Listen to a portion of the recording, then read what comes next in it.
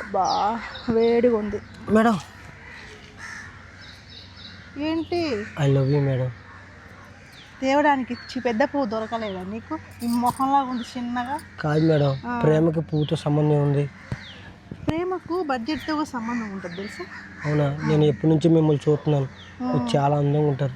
నువ్వు బాగాలేవు మరి ఏమంటావు?